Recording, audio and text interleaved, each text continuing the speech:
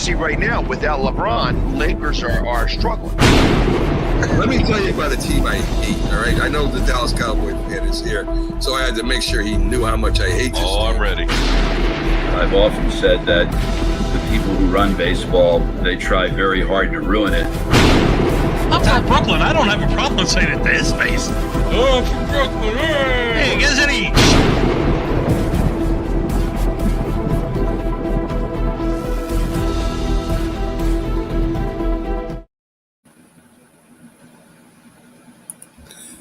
This is a presentation of Northeast Streaming Sports.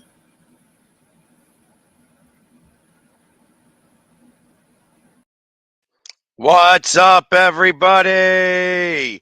It's another episode of Coast to Coast.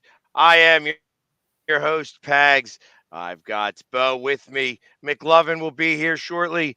Happy Valentine's Day to everybody out there. Everybody could be a Valentine. You don't have to be to all the women, to all the men. You know, we are going to dedicate a little bit of this show here specifically to Valentines across the world in terms of athletes that are dating. Some of the most famous couples, athlete couples, or just famous couples that deal with one at least being an athlete or not. How are you doing this Valentine's Day, Bo?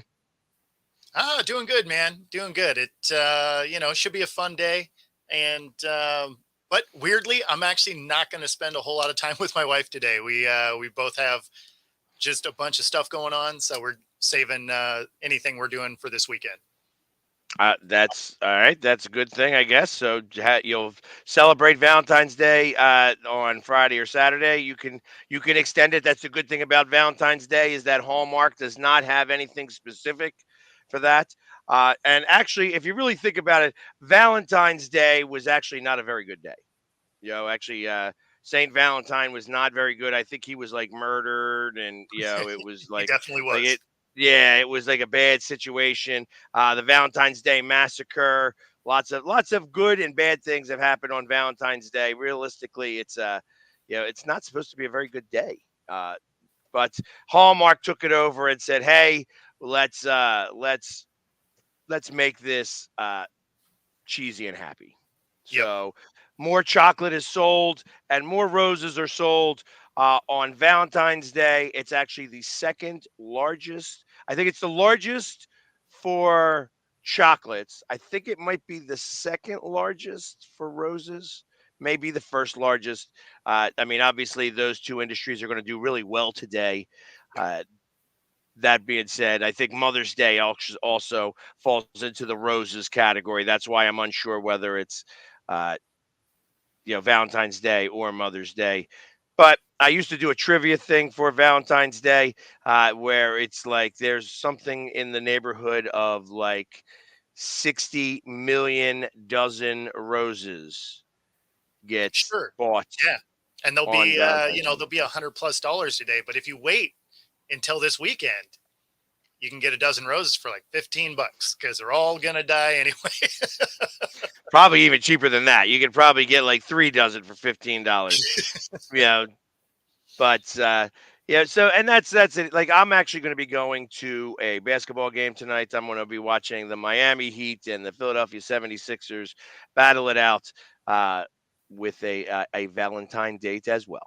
So she gets to be the privileged one who gets to come with me unpainted. I am not painting up today. What? Not going to do it. It's Valentine's Day. How is that happening? You know what? There's not many days that I get to do this. Typically, I do this one day a year, and it's the Christmas party. When I go to do the Christmas party, I drink during the Christmas party. So I do not want to be painted up while I'm drinking. I just want to set the good example for the kids. Big Valentine's Day, I kind of given myself, because it's that same type of holiday type of situation, I'm going to be there with a date. I don't want her to be my camera person, which is what happens a lot. When I bring somebody with me, they become camera guy. So to try to not have that happen so much, no paint today. So we'll That makes see sense. how many people. I'm sure I still will get recognized a little bit. People still know who I am from watching this show, and I appreciate that. So definitely keep tuning in. Because ultimately I look just as handsome with or without the face paint on. Uh, and today I'll probably look a lot better because I will have a lady by my side who will definitely probably, like I said, she'll make me look better just in general. So, Yeah, that's so fair. now that you're waiting for the weekend, do you have any specific plans that you're going to do with your wife for Valentine's Day? No, I mean, not really. We'll probably go out to dinner and stuff, but we're not going to do anything crazy. We're headed to Hawaii at the end of the month, so we'll do most of our adventures, while we're there, because we're going to be there from the 28th through the 5th. So Oh wow, that's a full week because you get that extra day in February this year. So you yep, do get and I would stay away from any houses that have blue roofs because ultimately there might be the next spot where fires are going to all of a sudden happen. I don't know. I'm not a conspiracy theorist, but I'm just saying that you may want to just look out for that type of stuff. Actually, I don't know. I think it might be still too soon for that joke. So yeah, they're definitely still rebuilding. Obviously, that is the island we're going to. We are going to Maui, going there for a friend's wedding, which is cool. And then we have some friends that live on the island, so we're going to visit them as well. I find that there is a lot of transit between Seattle and Hawaii. That Yeah, there's a good amount of uh, I've known a few people that are Seahawks fans actually mhm, that have gone via Hawaii to Seattle and then have moved on to other parts of the country. sure. A good friend of mine, Crystal, who I used to do a dating podcast with, interestingly enough, um, she is a Seattle Seahawks fan. If you could go back into the annals of Facebook, you might find the site Two Birds, because of course she was a Seahawks fan and I was an Eagles fan, and that was kind of the way that we would do things. That's funny. So yeah, and we were teaching, we were giving life lessons on dating, which Right is on. I right mean, what you need. that that flight is the same as flying to Florida from here. So that's why there's so much travel between here and the Hawaiian Islands, because it takes the same amount of time. So like for here, if we want to go to Florida, it's 5.5 hours. It's a 5.5 hour flight to Maui. It's a 4.5 hour flight to Puerto Vallarta, Mexico. So I mean, it's So all right, but as you say that it's 5.5 hours flight time to yeah, Florida. yeah. What's the flight time back? Well, that's air time. So I'm not including obviously time zones. That's just actual No, bird. no, I'm that's what I'm talking about. The flight back from Florida to Yeah. Seattle, I have to imagine it takes an extra hour, if not more, 90 minutes, because you're flying against the jet stream. Yeah, I mean it is a longer flight. Um, I guess I've never really paid that much attention to it. Usually my flights home from places I'm pretty exhausted, so I'm just watching movies, not really paying attention to time. Um, so Thank yeah, God you're yeah, not a smoker. definitely not. Yeah, 0 days in my life actually. God bless. Yeah, I just went past the threshold of I smoked less than half of my life because I Okay, quit 12 years ago, actually 13 years ago now. And I started at age like 13.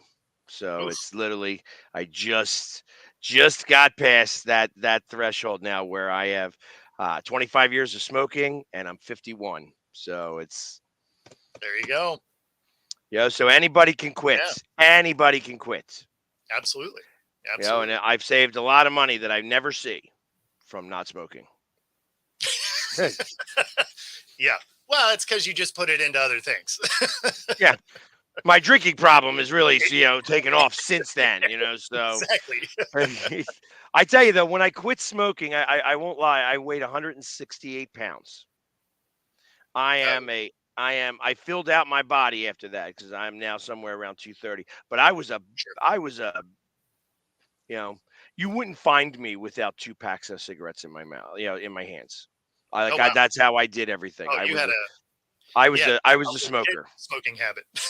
Yeah, I was a smoker. I would literally, it was always, and I tell you, so we have Wawas out here. I know that you probably are like, oh, what's a Wawa? It's a convenience store, Oh, that is, now they started putting out gas stations with them. So it's a little different, but it used to be like a delicatessen convenience store. And so you go in there, and I was, the last pack of cigarettes I bought was 4.99 a pack. So okay. I wasn't going to pay $5 a pack, and uh, they said I would go in there and I'd spend $10 on that, and then I'd spend another $10 on whatever. Sure. So it was $20 a day every day that year. And Woo. if I was going out that night, I had to get an extra pack, so I would carry 3 packs on me. Damn. Because ultimately I'm not like, if you know somebody asks me for a cigarette, I'm going to give them the cigarette. You know what I mean? It's like, even though they were starting to get expensive, Sure. but you're going to give them a cigarette, and then I wasn't going to give them a cigarette and not have enough for myself. No, So that's I fair. would, Yeah. yeah. So I literally would do it like that, and I knew I was one of those guys that when I quit, I needed to know the exact moment in time. And it was New Year's. Actually, as we were coming back, we were I visited family. Uh, my girl's family, I said the mother of my children's family, and she was in Knoxville, Tennessee. Okay. And as we drove back, we drove through Kentucky. Well, if you want to buy cigarettes in Kentucky, they are super cheap. So where it was $5 a pack here, it was like $22 for a carton. And Hmm. looked at it, and this is 3 days before New Year's, and I said, "Wow, I $22 a carton. I should buy 5 cartons." And then I'm like, you know what? No, no, no, no, no, no, no, no, no, yeah, because I'm gonna quit on New Year's. I bought 1 carton of cigarettes. In 3 days, I smoked that entire carton of cigarettes, Wow. and it's literally, we're watching Dick Clark's, New Year, rocking New Year's Eve, and it's like 7, 6, and I go to put the cigarette out. I'm like, I got a few more drags left. 3, 2, 1. Happy New Year. Gave her a kiss. That's exactly how it did. At the Wow. time, so they had the little 72 packs. And I remember this clear as day, like it was yesterday. They had the 72s, and they were giving out coupons with the 72s for snus. So I would go get, you could get a pack of snus, which was only $1 at that time, or you could get the trial pack, which would give you 4 packs of snus. Hmm. So I'd get the trial pack every time. So Sure. I had this monster load of snus. I went through that in about a week, which was this little pouch. It wasn't like doing dip. I'm not a dip guy. Like, Yeah. get the hiccups and stuff like that. It wasn't really fun for me to kind of do that, and would do that. I bought one more pack of snus for $1, and after that, I was like, not doing. I'm not spending another penny on tobacco ever again, Yeah, and I that's fair. didn't. And then not only that, because she was still a smoker, I wouldn't buy her pack of cigarettes either. So I'd be like, listen, this is my rule now. I quit smoking. You can't ask me to go buy a pack of cigarettes. Yeah. No, that'd be tough. Yeah. And she would be angry at me because I'd be going inside to get something. She goes, "Can you just grab me a pack of cigarettes? You are going inside." I'm like, "Nope." Can't do it. Really? You Yeah. can't just do it? You don't have to smoke one? Listen, I'm not. I told you I'm not buying any more cigarettes ever, ever. Yeah. It was uh, a point of contention for maybe the rest of our relationship, actually. Yeah. Yeah. I mean, that makes sense, especially if she wasn't, trying to quit also.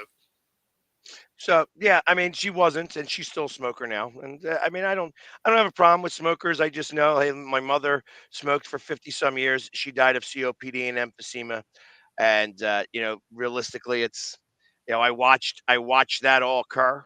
I watched how when it came down to the very end, the doctor said, "No, we're not going to give you a couple of new lungs." And you know, she had said that she was going to quit a couple of different times and never did quit until Yeah. it was way, way, way too late. So it's never too late if you can breathe.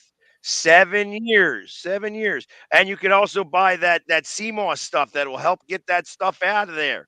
So go do it. Go do it. Yeah. Yeah. No, I mean, I remember my parents quitting, when I was a kid. But, as a young kid, I remember collecting the Camel bucks, right? Off the packs, and you'd be flipping through the little catalog to see what kind of cool crap you could get.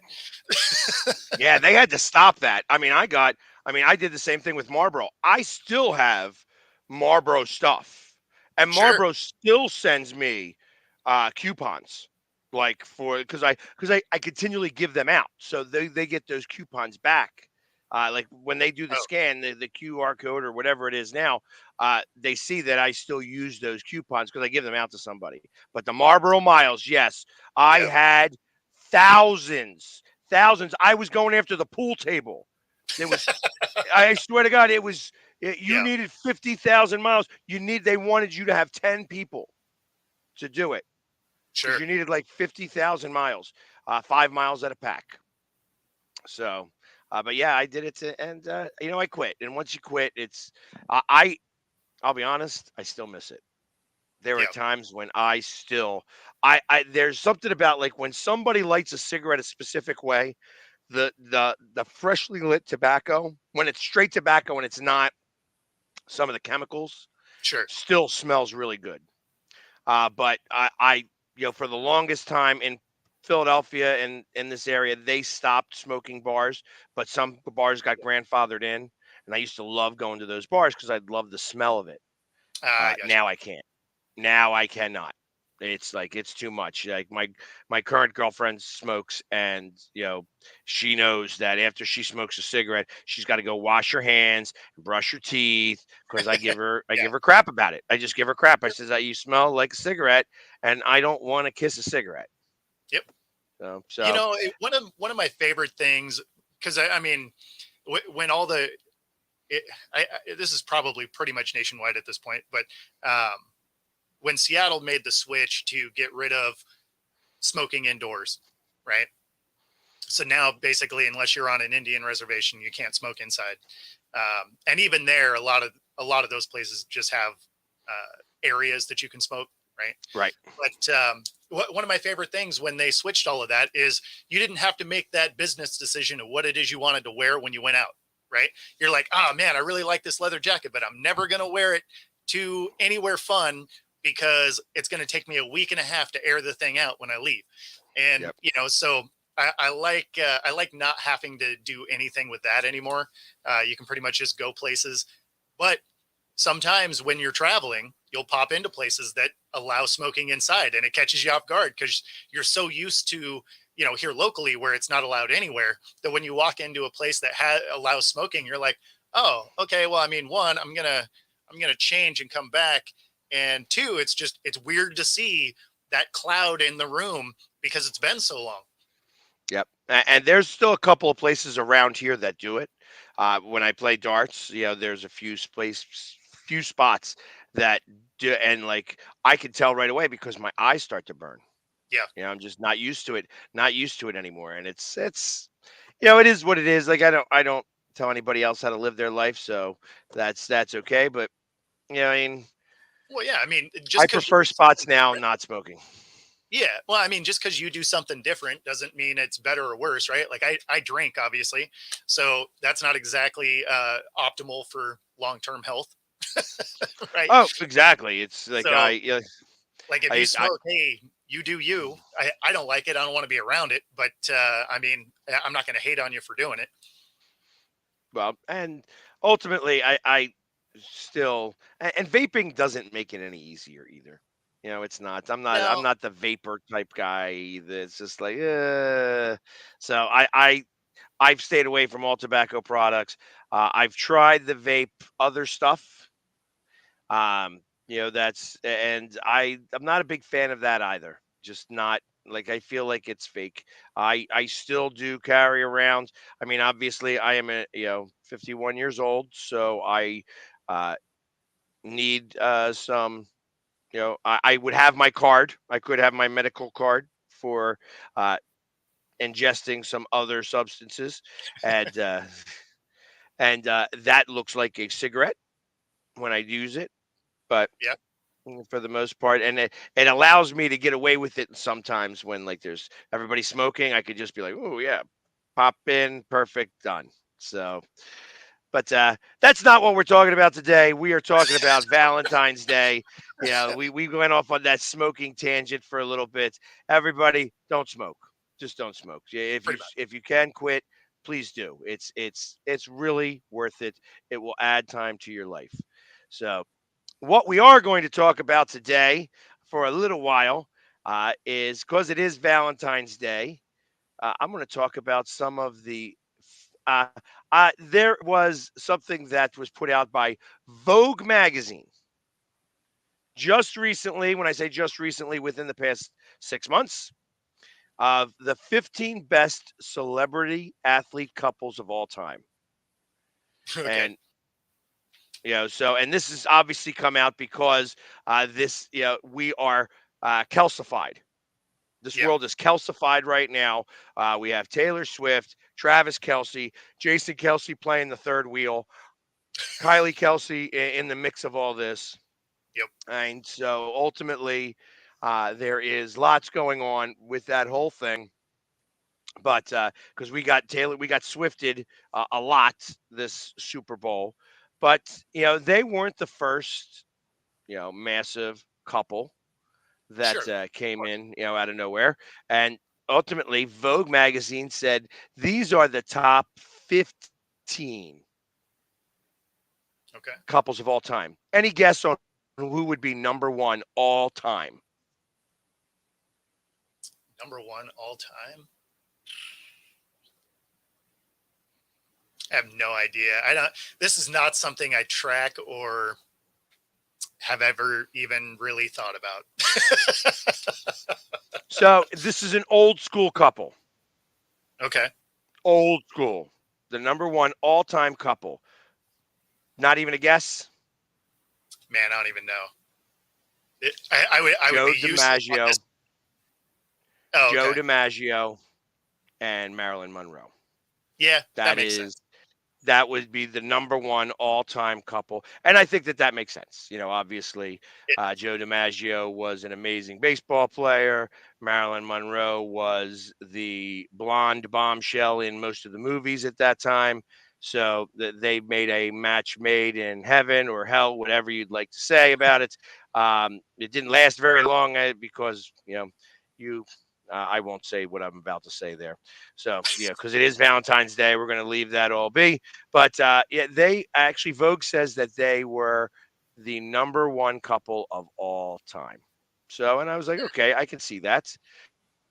I, I, Couple w- I number was two, I was thinking with Rob here, Brady, Giselle, right? Like that one. That one made sense to me. That's they are on probably the somewhere. list. They are on the Yeah, list. yeah. But yeah, I mean, outside of that, it's probably going to be somewhere. Yeah, you just don't pay attention. We're not Vogue readers. that is true. That is true. And I don't get many sports articles out of Vogue. what? Crazy. I This mean, was a hard one. This was a hard one just in general for me. So it was like, all right, let's see I what mean, somebody you got said. Wilson Sierra. That's probably in there somewhere. That is in there. That is in there. So here, Yeah. let's go over them real fast because I want to make sure that because this is a big uh, page. It takes up a lot of space on the thing, and it's probably making me you know skits out a little bit here. Um, Victoria Beckham, or AKA Oh, Posh yeah. Spice, Yeah. and David Beckham. Fair enough. I Mandy forgot about Moore him. and Andy Roddick. Mandy Moore and Andy Roddick. Didn't even know. They look like a ridiculous couple. J-Lo and A-Rod. Yeah. Yeah, I mean, I guess I didn't really think about that because it was for 5 seconds, but sure. Hey, then you have Kim Kardashian and Reggie Bush. They actually have that on the list. I mean, Kim is now with who is she with right now? Who did we hear? I was going to say, how many times is she on this list? Yeah, I don't know. I don't know. She could be on there 3 or 4 times. I just know that they all wind up losing afterwards. So There's no doubt. Gabrielle Union and Dwayne Wade. Okay. Yeah. Yeah. Forgot about that one. Forgot about Romo and Jessica Simpson too. So, yeah. Yep, they're on this list. Giselle and Tom, Yep. Sierra and Russell. Yep. Kerry Washington and Nnamdi Asamoah. I'm like, that's an interesting one. I didn't realize he wasn't very good at football, but I guess he was good at pulling the chicks. Hey, good on him. Shakira and Gerard Pick. Now, I guess he's a soccer player because that's why I've never heard of him. But Shakira is definitely a good pull because hips don't lie. That's right. Mike Fisher and Carrie Underwood. He was a tight end, or actually NHL star. I thought he was a tight end, but no, I guess not. He was an NHL star. I didn't know who he was either. Jessica Simpson and Eric Johnson. Maybe he was the tight end. Yep. So she's on this list. Kate Upton. Right. Kate Upton and Justin Verlander. Okay. Yeah. Here's a good one. Eric Decker and Jesse James Decker. I think she was a, spicy content. And then here was a good one. I think that's what it was. Here was a good one that I didn't know either. Anna Kournikova and Enrique Iglesias. One of the ones where she's the athlete. Yeah. Kind of. And that was that. So we're going to take this off my board here so that I don't wind up sketching too much more anymore. They didn't have Jeremy Stevens and Solo, where they just, have domestic problems all the time. Nope, they did not have that. Let's see who else was there. That's we got some in the the Ertzes. I didn't think about that one too. They're both athletes, so right. So, and they're actually a good one. I like that. Seth Rollins. Here we go. There you go. Jessica, and they did not because Jessica Simpson was there. We did talk about the Beckhams already. Lamar Odom, wasn't he the one that first started the Kim Kardashian career-ending trend? Yeah, and that's right. Kim is dating Odell Beckham now. Oh yeah. She's just trying to she's trying to occupy all 15 spots on the list. Just bouncing one athlete to the next. So there you go, and that is, especially for there wasn't anything else that really kind of struck me as worthwhile. Cole Tucker and Vanessa Hudgens. I don't even know who that is. Either one. Well, Jay, Vanessa Hudgens is a singer. I don't know who Cole Tucker is though. How about Jay Cutler and Kristen Cavallari? Sure. And then I also seem to remember, and somebody could help me out with this. He was a quarterback even for the Eagles. He played for Detroit as well, and married a woman with 3 names. Like it was Bam Bam Bam. That's how you announced her. Oh my Lord, this is going to kill me here. He beat Detroit. 55. It was him. He was the quarterback of the Eagles at that time. It was like the 55-37 game. but he's married to somebody who was, kind of famous. And it wasn't Holly Berry also married to a sports star for a minute. I mean, probably. It would make sense. I don't really know that like that. Damn it, that quarterback is going to bother me. Um, you know what? I'll find out real fast. Let's just find out real quick. Eagles quarterback that married a famous girl, a famous actress. There we go. There, Rodney Pete, Holly Robinson Pete. Hmm. So, yes. And they're Yeah. still together. I mean, that's cool. So, That's rare. yeah, but good for them. God bless them. You know what I mean? So, and there you go. That's as much love that I want to put into the air today when it comes to these athletes. It's like I find that it's again, Hallmark has got this all wired up and put there. It's funny that of course Hallmark is headquartered in Kansas City. That it's at the Crown Center is right around the corner from the stadium and where the draft was. So I know about the Crown Center pretty well now. It's funny. One of my best, Valentines with my wife was our original plans got messed up, right? And so we ended up just going to this little brewery in Woodinville, Washington, called Triple Horn. And we just sat there and had beer and played air hockey and stuff. And it was so much better than most of the Valentine's Day things that you end up doing, because there's a lot of pressure to it and everything's expensive. And our original plan blew up for whatever reason. And we're just like, you know what? We're driving by. Let's pop in here. And ended up being way more fun than we probably would have had our plans actually worked out. There you go. Yeah, I'd see. I'm one of those. I'm a single guy for the most part. So I have been seeing the girl that I'm seeing right now for a little over a year and a half. Last Valentine's Day, I was getting over the Super Bowl.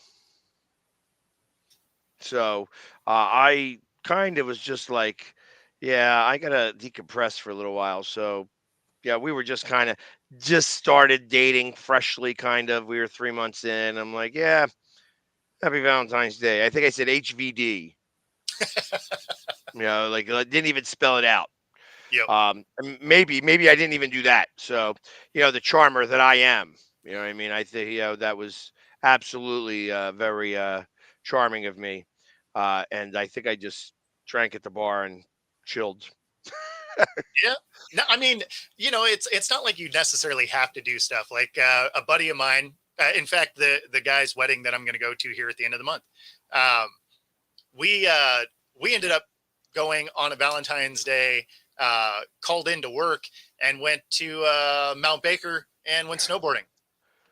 And he left his girlfriend at home. I left my ex-wife at home, and I was just and you spent Valentine's Day with your boyfriend. How cute! I did. It was great. Up snowboarding, had beers and stuff.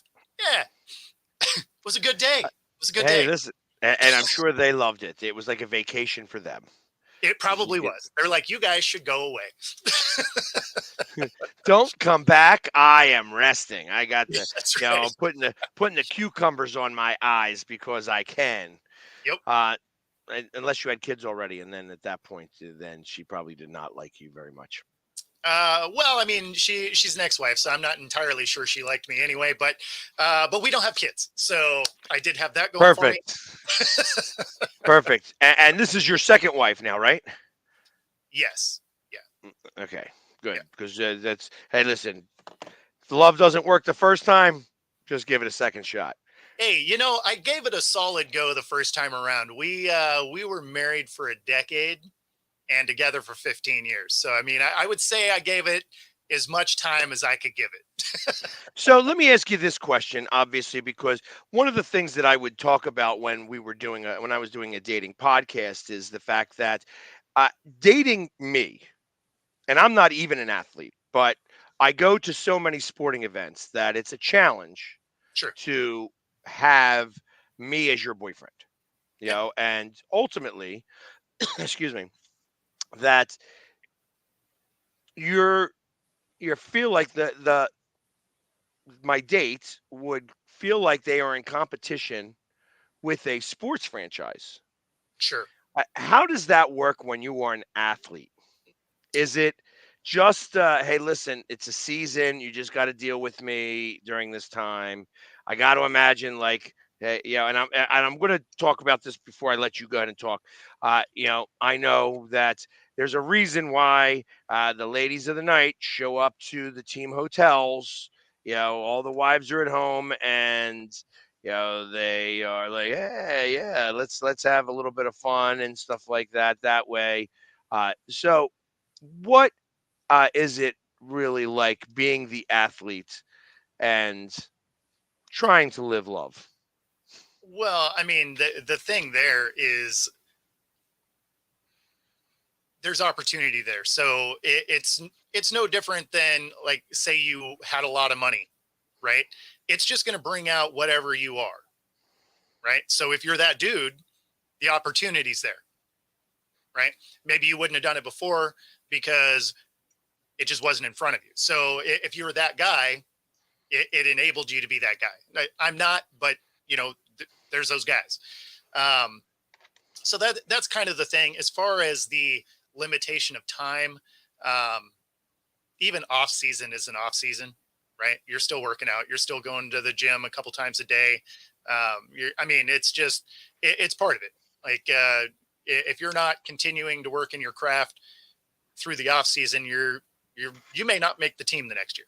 So, um, yeah, I mean, it puts pressure on it. There's no doubt. And then there's just other things that come along with it. Like, I ended up, during that time period, I did promoting for nightclubs downtown Seattle. Right. So then, I'd have to go out, a day or two a week or whatever, and go down there. And it was a cool setup, right? Because I got paid for whoever was on my list, and I got, free VIP booths and, whatever. So it was an easy way to go out because I was getting paid to go out at that point. But that was, on top of all the other things you were already doing. So it definitely adds a lot of pressure to a situation. And if there is, if there's insecurities within your relationship, it'll exacerbate it, right? Because then if there's any kind of trust issue, whether it's warranted or not, it just continues to manifest dark thoughts within the relationship because you're not there. So it's not the easiest thing to navigate. I can believe that. You know, like I said, I got to imagine that there are, it goes kind of all different ways, when it comes to away games, Yeah. that there are, okay, it's, yeah, hey, honey, I'm going away and I'll be back again in a couple days. And, you know, I think obviously, I think the weirdest one was when we won our championship. We played in Vegas, so it wasn't that dissimilar to what just happened, right? We were in Vegas for a week, but my ex couldn't come with me, right? So I'm in Vegas by myself for a week. Now, you can think about that as the significant other however you want. Now, as the player, you don't actually have any time, right? Like, you're running around, you're required to do all these different things and practice and walkthroughs and team meetings and all of that. So, I mean, it's not like you have a bunch of time, but from the outside, well, you were all alone in Vegas for a week, so it's, it's a problem. no, I get it. It's because they want you to spend every moment of time on the phone with them since they couldn't go. And it's okay. It's I don't have the time on the phone, and and now I'm in the room. I don't know if you got your own room or you guys had to pair up because you know it's not the NFL, so it's like, hey, you two are in this room because we're trying to save money as a franchise as a whole. Who cares that we're in the championship? This is the minor leagues. You're riding the bus. We're not taking planes. You know what I mean? So those types of thought 100%. process. Yeah. And yeah, and like you don't want to be on the phone like getting bitched at by your girl while you have a roommate. Well, Because not then that just that. roommate's like, hey, you're Even if you don't have a roommate, you just don't want that while you're trying to mentally prepare to go play one of your most important games you're ever going to play. no, I So, hear that. so yeah, no, it was oddly enough, none of that is why we got divorced, but Well, it was a part of the relationship that did have some sticking points. well, and I got to imagine, like I said, that there's a lot of athletes that kind of have to deal with that in various different ways, and that's it makes challenges for the wives at home. I kind of liken it to military wives. Yeah, If you are an athlete, or you are in the Navy, we'll say, because if a ship is you're on board a ship and you got to go out for 6 months, you know, that's why the divorce rate is always very high in the Navy. yep, It's going to be higher than most because the club is always busiest when the aircraft carrier goes out. That night. That night. That's why aircraft carriers leave on Fridays because yeah, the clubs are prepared for it on Friday night because all the wives go in there and they look for their 5.5 month boyfriend. fair That's enough. that's what occurs, and Yeah, it's sort of unwritten, and you got to make sure what have you. But I mean, I've seen it. I've seen it the opposite way too, where we come home and your wife is like, "Oh, I got pregnant." yeah, We got pregnant right before we left, and yeah. you're only 4 months pregnant. We were going for 6 months. How does that work? You know Right. what I Like mean? It's I'm not the best at math, but I feel like that's not right. Yeah. so, and there's been way too much of that, unfortunately. So, but you know, not all like that. So let's being Valentine's Day, we'll keep on the good side of things, not the yeah, the bad side. I And like that we just keep straying I, from it though. yeah, exactly. There we go. Perfect. I didn't realize that you were a Navy SEAL. Awesome. I am a shipmate, and I am a shellback. So I do have my certificate still. Actually, I just found it not too long ago, which is surprising to me. I was like, wow, I still have this thing. Perfect. Um, but that was a long, long time ago. But SEALs have it a little bit better. SEALs would get all you know, you know, they had to go on those tough things, but then they would get like all the time off in the world. So I'm sure Well, I that mean, they lived a life of luxury over there. And most SEALs that I know that are out of the military now have these big burly beards and you sure. know do all this motivational stuff all the time. So Joseph, congratulations. Like I says, I know that that's a really tough job. I am not Navy SEAL material. Yeah, I don't. I wouldn't be able to go through the training for that. Well, actually, it's just like doing mutters every day. Yeah, exactly. I couldn't do it every day. So, and I think they do go through the 72 hour grinder. You know what I mean? Oh Like yeah, 72 hours, you're awake, you can't go to sleep. It's like nonstop, nonstop, nonstop. That's just that I don't know how. God bless them. You know what I mean? They're the ones that gotta, you know, to make sure that I still am free. So I appreciate all the people that are still doing that. Hey, whether you're a Navy SEAL or just somebody who's a police officer, yep, all the same. Got to give some love out there to that. absolutely. But in the meantime, so that's as much love as in the air. So we got all our Valentine's stuff out right now. Oh, Let's there's a see. little bit more love. There's a little bit more love.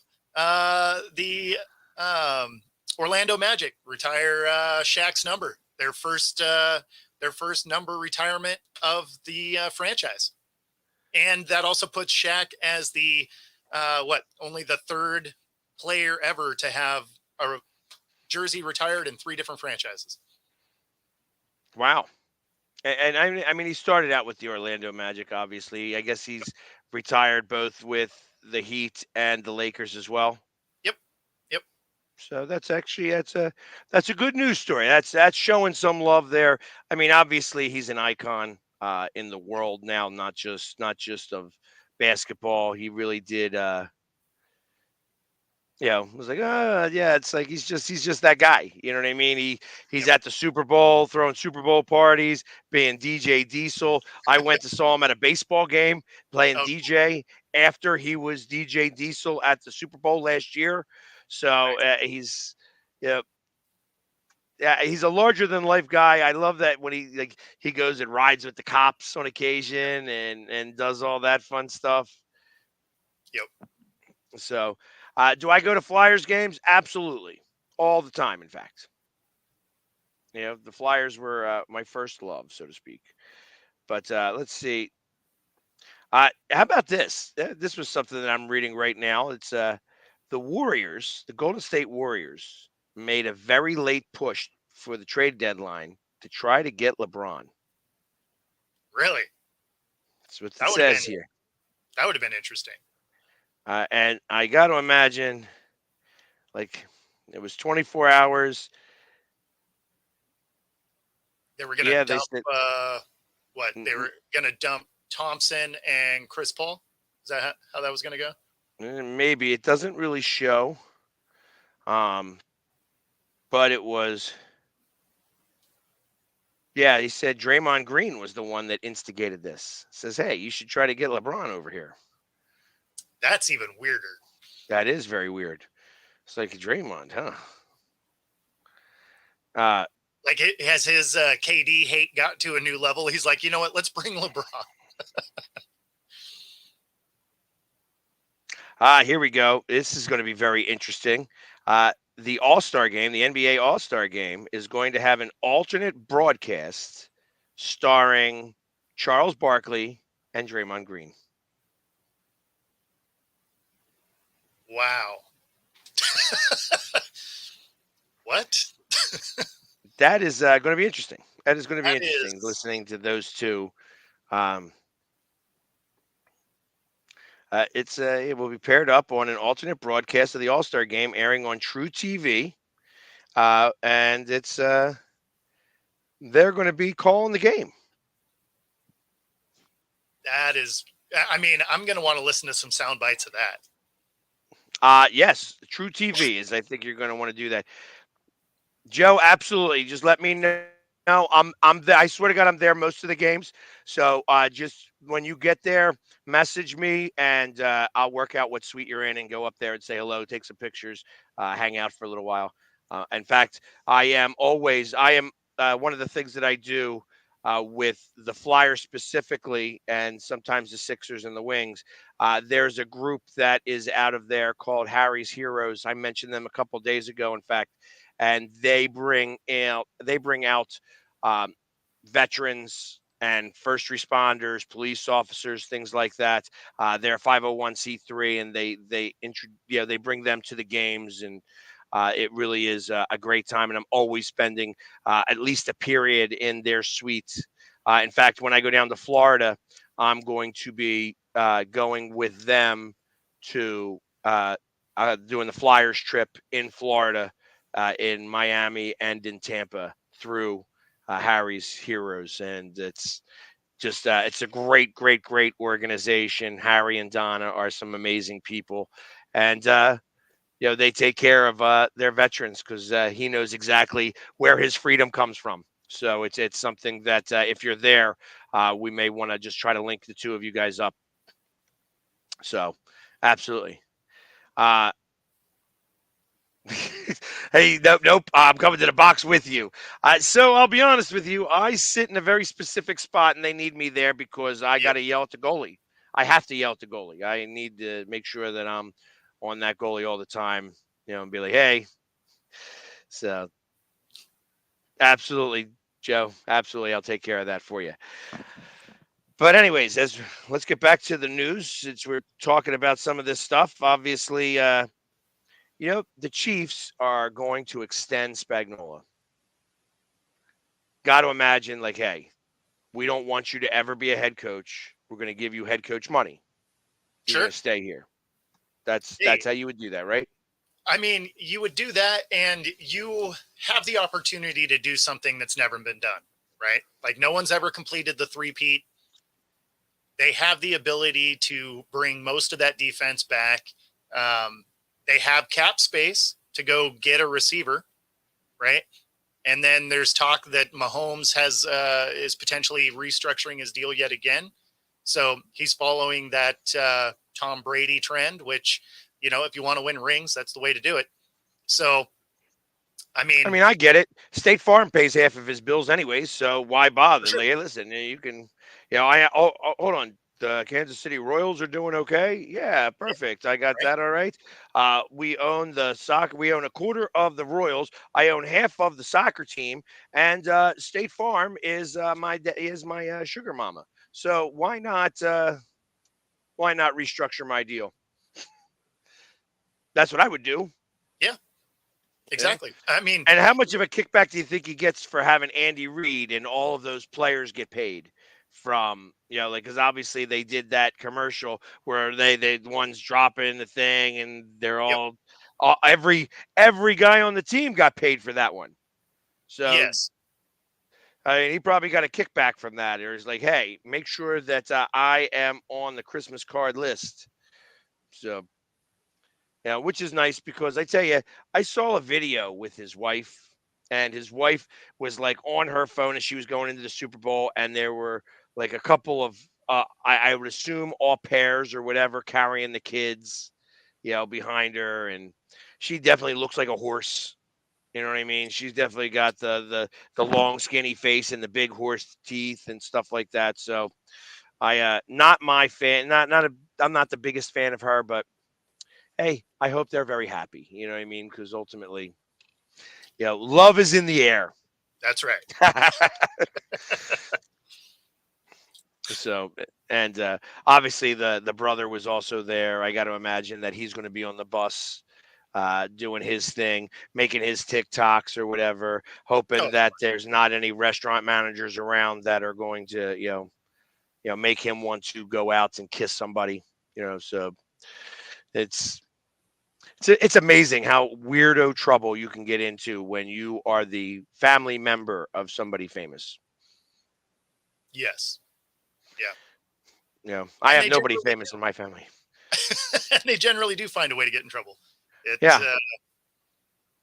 but I mean, you end up getting trouble doing nothing, right? Like you're just doing very normal things. It's just there's cameras on you.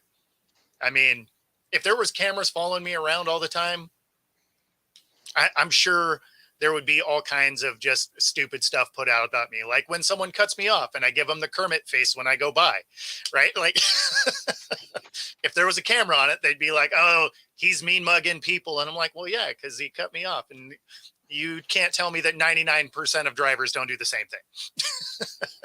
That as you're rolling by, you're like, just what's so yeah. No, I mean, I think we all do enough dumb stuff if we had cameras trained on us all the time. Um, you know, Yes. Yeah, I get it. So I mean, not that I do a bunch of dumb stuff. Not me. I'm not a dumb stuff guy. Never. It's like right, I don't know right. what anybody'd even be talking about. It's just I am, straight laced, very calm and serene most of the times. So yes, that's yes, the brother, the abuser. Yeah, that was what I was talking about. The restaurant managers that that are just too sexy not to kiss. Yeah, I mean, that's weird, but yeah. I mean, so he has a little bit of a different thing, obviously, because, his brother's a problem. I mean, really, the rest of his family seems like they're kind of a problem. Right. Well, I mean, let's say he's got the brother, he's got the father. You never hear anything about the mom. That's So true. mom must be okay. Yeah. She You stays know, at home. That's what I'm guessing. She's like, you know what? I'm having no part of this. Staying home. exactly. It's hey, listen, I'm gonna leave everybody else be the weirdos. They don't need to. They don't need me to be out there and helping this along. Yep. But in other news, I'm seeing that Jason Kelsey was the life of the Chiefs Super Bowl party. That makes sense to me. Yeah.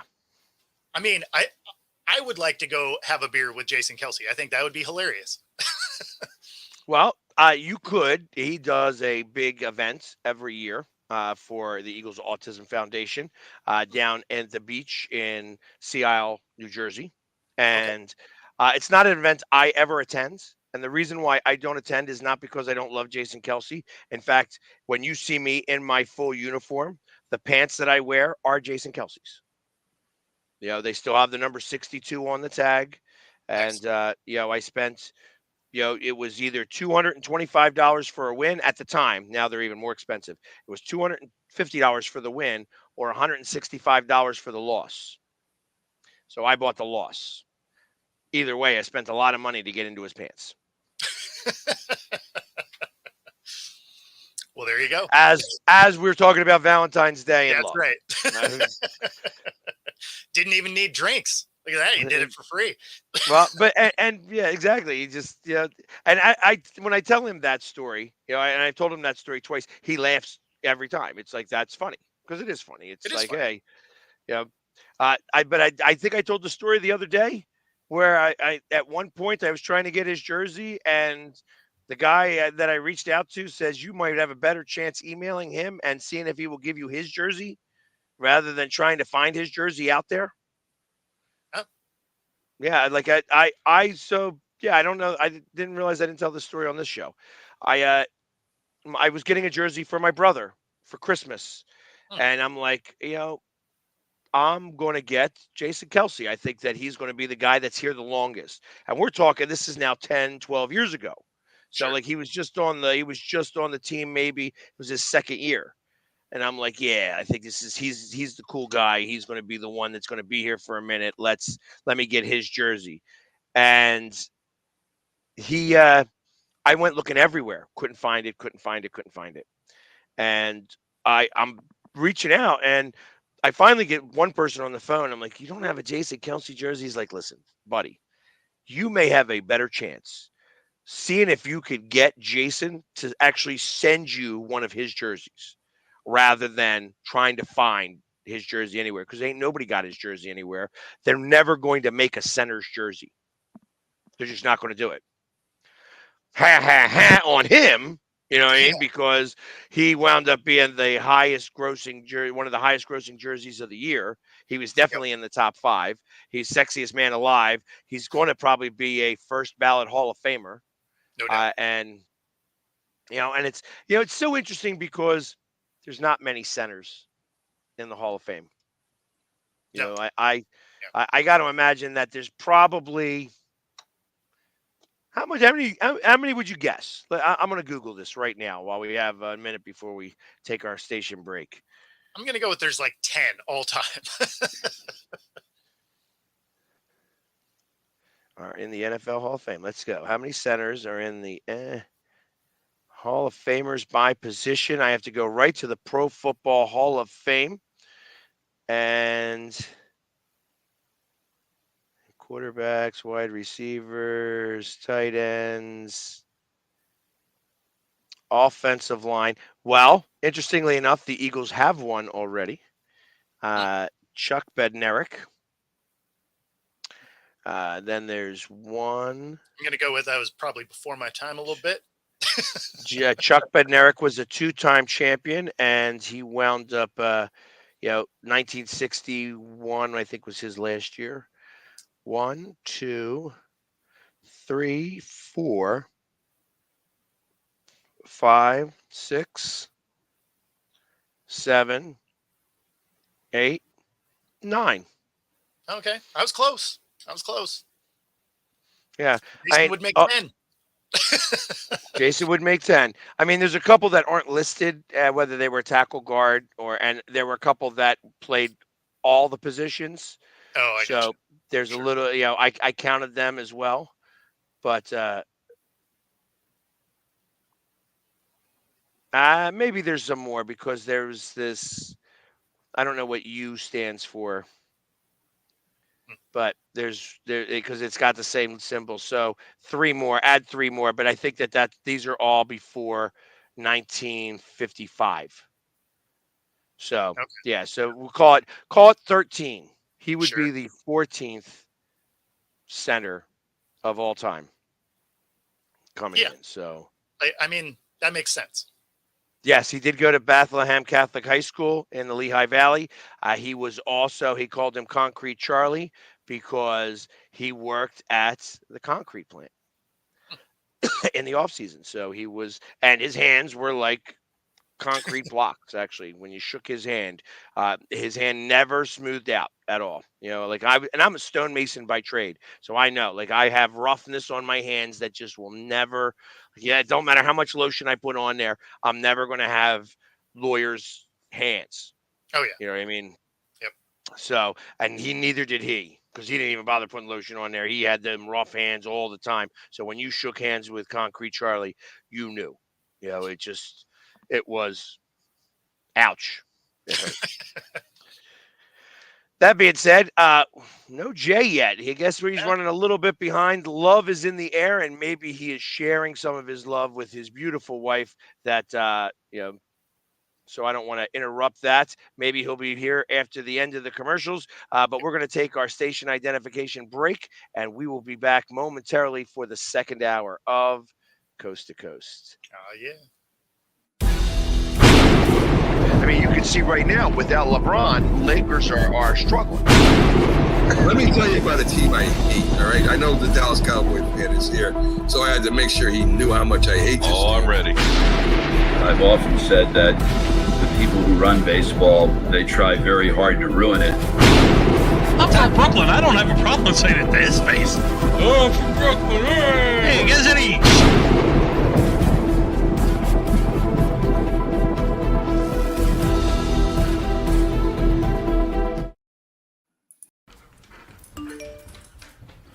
Trisha's having a sleepover tonight. Can I go? I wonder about Lucy's friends. What should I say? I know you're only 10, but one of these days a friend will offer you a drink. And alcohol at your age can lead to so many things. None of them good. So can I go to the sleepover? Lucy, I want you to promise me I something. finished my homework. Bigger promise. If there's any drinking, I want you to say, "No thanks, not my thing." Mom. I promise you. Your real friends won't care. Deal? Sure. Really? I promise, Mom. They really do hear you. Did you pack your toothbrush? For tips on how to start the talk, visit underagedrinking.samhsa.gov, a public service message from the Substance Abuse and Mental Health Services Administration. Supporting the needs of our veterans. That's the goal of all of us at Team AmVets. Like Mitch, Carlos, and Kevin from our Welcome Home team that brings furniture to our vets. We are Team AmVets. Or Linda from our thrift stores who brings you great bargains every day. I am Team AmVets. And John, who picks up your thrift store donations that support California veterans programs. I am Team AmVets. Visit our website or a Team AmVets thrift store to donate or shop today. Join the team! This is a presentation of Northeast Streaming Sports.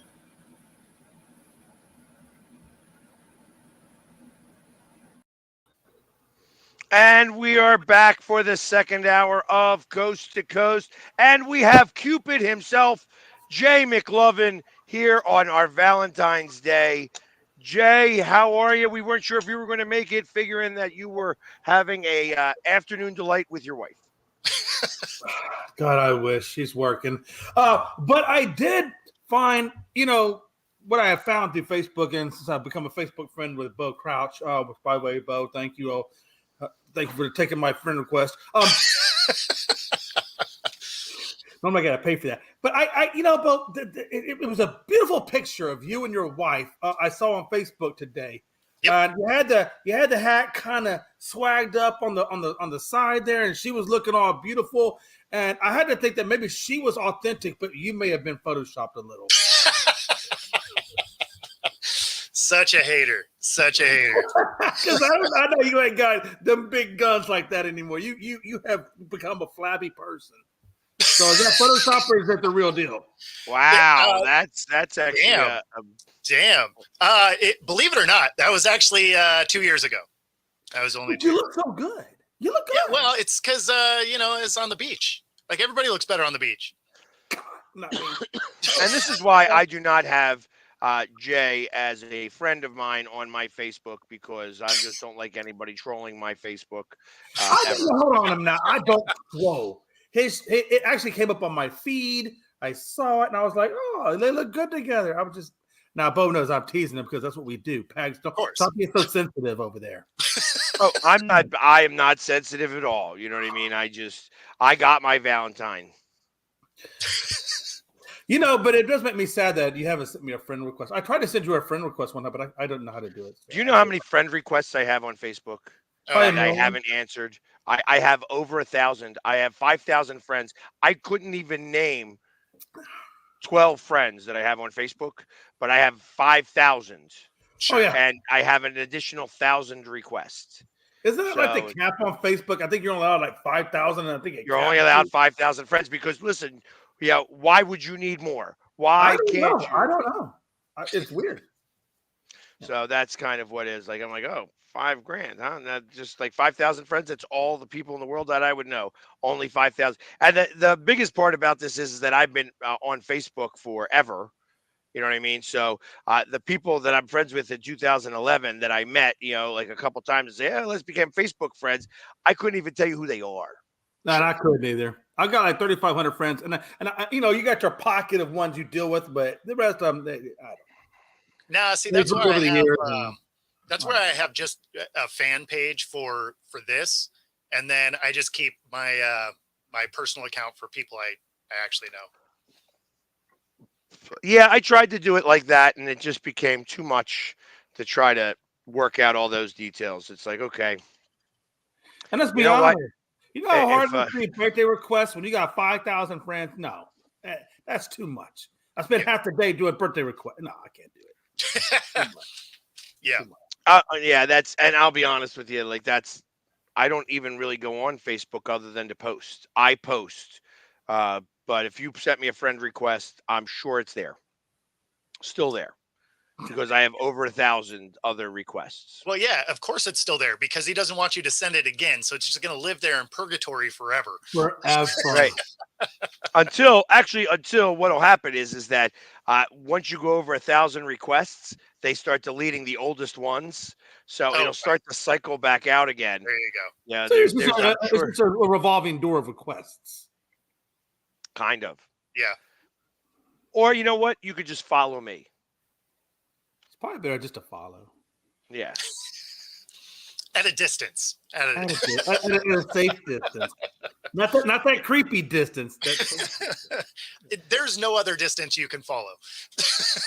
And I got to imagine, so I was also one of those people that if I got a request from a real pretty girl who's got a very weirdo name, I knew that was coming from someplace in Africa that somebody was going to ask me for some money. So I didn't accept any of those. And I'm sure I have a bunch of them, like, oh, this person is friends with the one person because they liked the picture and they went on to all of their friends and sent the requests. Yeah, that's just what I need. So there we go. Will sent a friend request. Perfect, Will. It'll stay there now for at least 18 months. So that's right. So Pags, you do have a Valentine's date for this evening? Yes. I do have a Valentine's date for this evening. All right. I will be going to the Sixers game, as I said a little earlier today. I am going to be going to the Sixers game this evening against the Miami Heat, Nice. and I am not going to be painted up. I'm going to go just as you, Jamie Pags.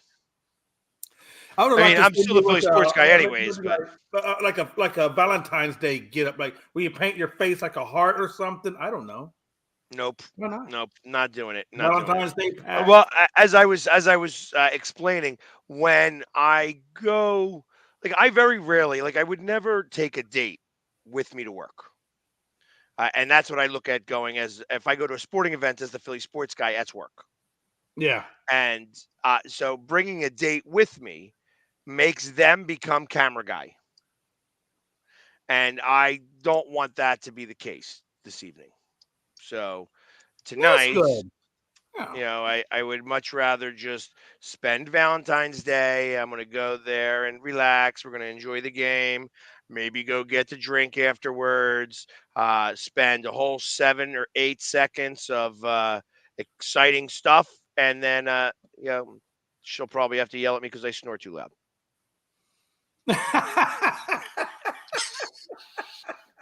Makes sense.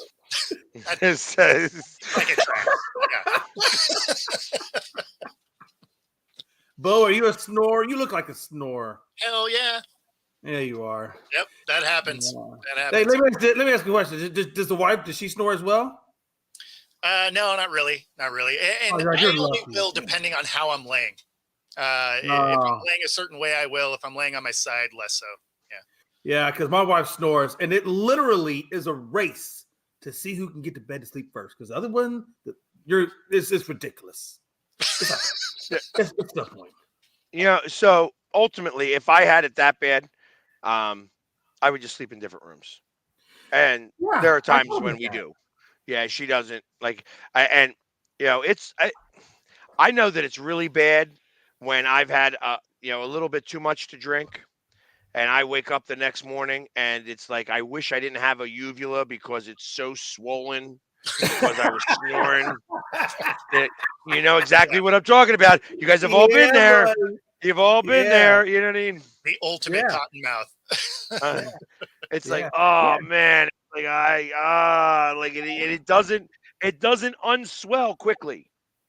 Yeah. That takes like a whole 36 hours. So it's like, yeah, I'm never going to drink again. I'm never going to drink again. And you know, then 40 hours Yeah. later, I'm back in the bar. See, that's if I had one superpower, that's what it is. I don't get hangovers. Never have. I don't get hangovers either. But I will get the swollen uvula. That is a great way of it saying, yeah, you are in trouble. You know, You're you're going to regret the fact that you drank so much yesterday. Sure. I've I've done the wake up still drunk thing. Yes, that's what it is. I'm either still drunk or I am fine. I don't get hangovers. It doesn't help the fact you live above a bar. I mean, for crying out loud. You might as well just have a liquor store underneath you. Well, you kind of do. Have I ever woke myself up snoring? I'll be honest, Will. I have never woken myself up snoring.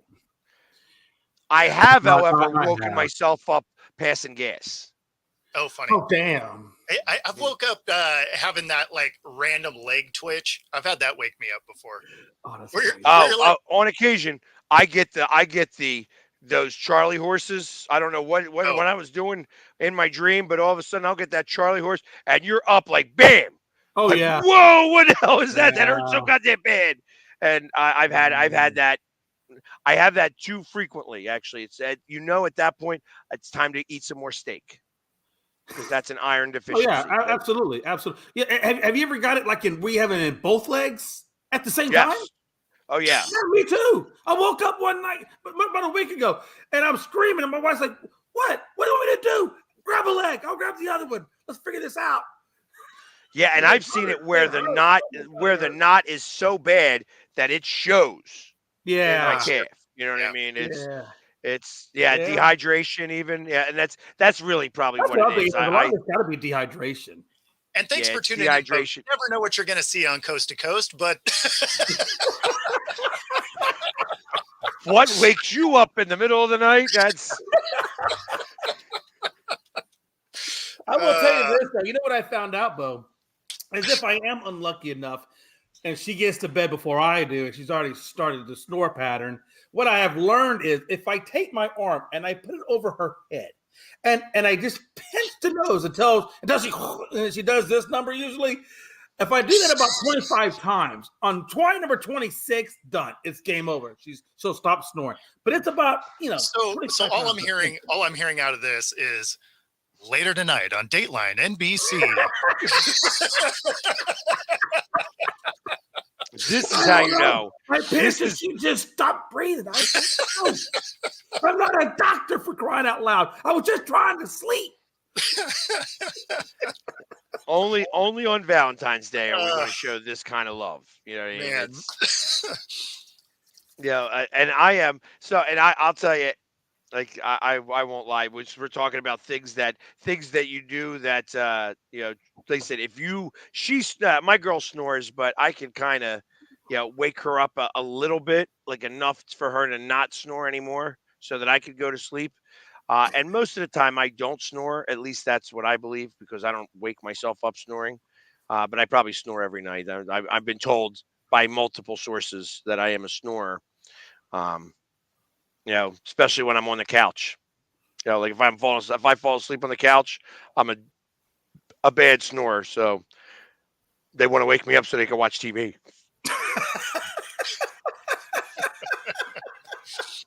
Oh man. I will say this. Bo, last night it was amazing. I was sitting there, going through some stuff and my little recliner there, and Mel come around the corner and said, "You want a massage?" And I'm like, "Is that a question or are you being sarcastic?" Because I don't know what to do here. Because if it's real, I'm about to jump the hell up out of this seat and crawl to the bed. Because obviously, yes. I don't need to study it. I'm sure I do. I'm sure I have sneak back. I would bet everybody on this panel today does. Yeah, no doubt in my mind. No doubt in my mind. I have a deviated septum, so it's like that's part of it. If you can't tell by watching this show that we lack oxygen for most of our lives. Exactly. Like I don't know what else there is to talk about. Hey, Pat puts something up his nose and it comes out his damn ear, and we can't figure out why. Yeah, it's just, and I tell you, you think the snoring's pretty bad. Have me have ice cream before I go to bed, and that's a whole different scenario. Oh, my Lord, I am bad. Oh, no. I am bad. It's actually why he doesn't breathe a lot while he's sleeping. No, you know what the worst part about it was? Speaking of that, so in the middle of the massage, she farts. That is beautiful. I'm like, the fuck? So I got a question for you. Since we're talking about love, since we're going down this path here, we're going to go down this path of love and Valentine's Day. Yeah, we might as well do the male version of Valentine's Day here. Let's. When you started seeing your wife, in your cases, how long did it take before you would fart in front of her?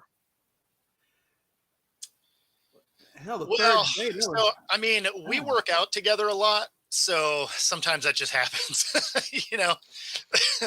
If you're moving weight around, it can happen. And honestly, the thing that's funny is we've been together for a little over a decade now, and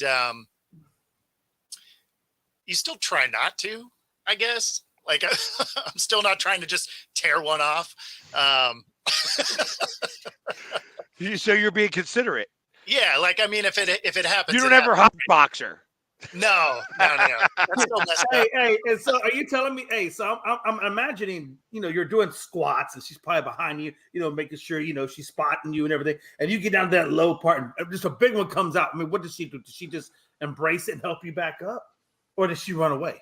Because I see something like that happening, and it has happened before, by the way. Yeah, I mean, we would just both laugh in that scenario, because I mean that's just part of what happens, right? Like it's it is. If it's a part of this, it is part of it. If anybody who's ever lifted weights, you know that's just gonna happen. Well, and my wife is an athetic instructor. Like she teaches there you go. camps, and I mean that's what she does. So she's not going to think twice about it, because one of the things she teaches is Pilates, right? So you're moving your body in ways that can naturally happen anyway. Blow, do you do Pilates? I can see you doing Pilates. You put little tights on, and if you don't have the tights, you just not go work out. I am not flexible enough to do those things, so I should do it. Flexibility is a good thing to have, but for whatever reason, whether it's Pilates or yoga, I am extraordinarily bad at both of those. Yeah.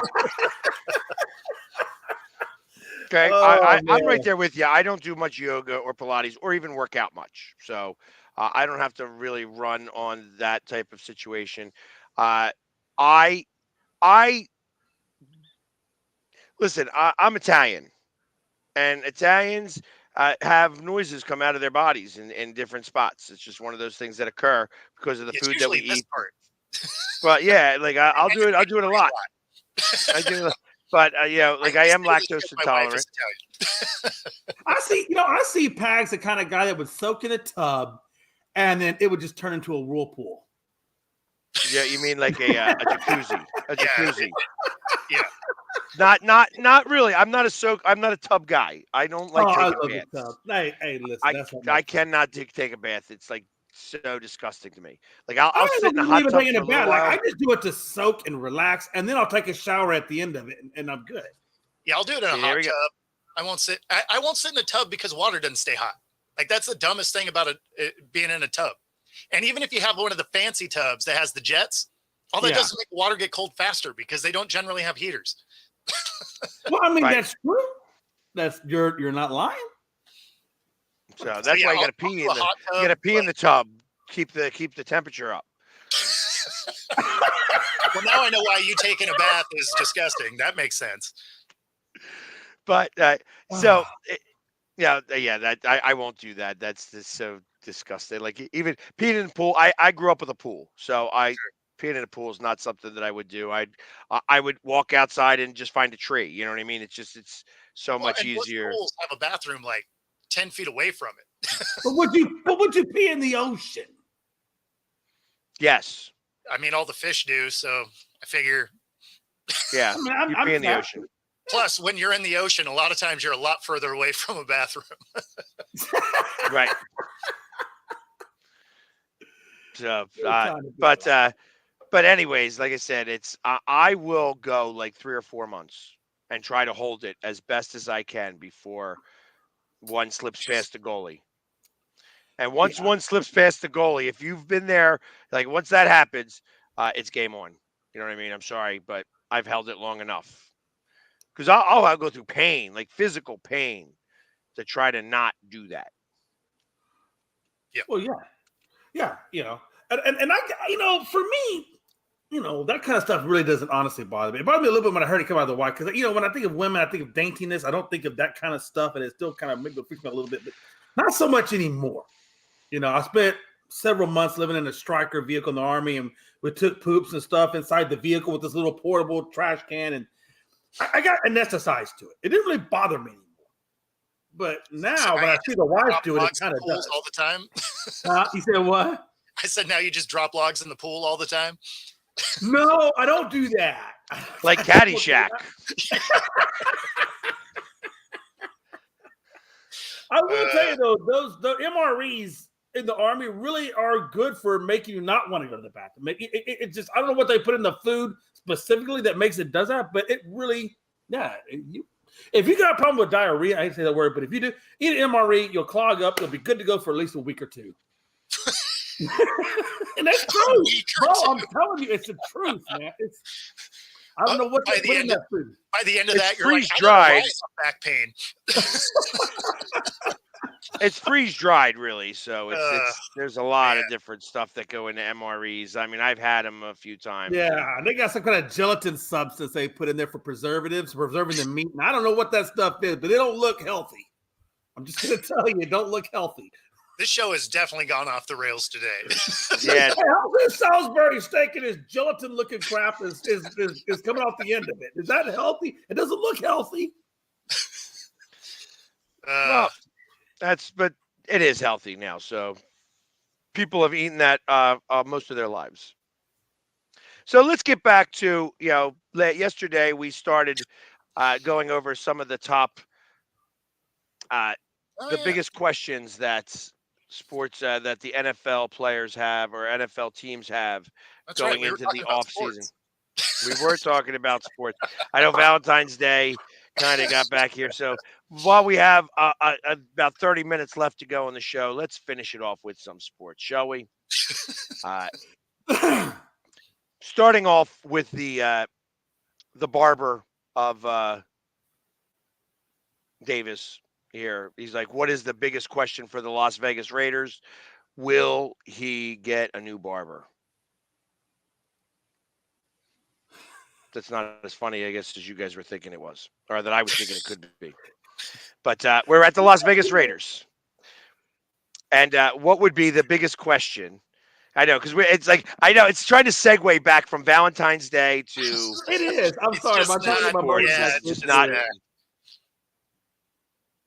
right. Well, we could continue to talk about what you guys do. What are you doing for Valentine's Day there, Jay? We know what we're doing. What are you doing?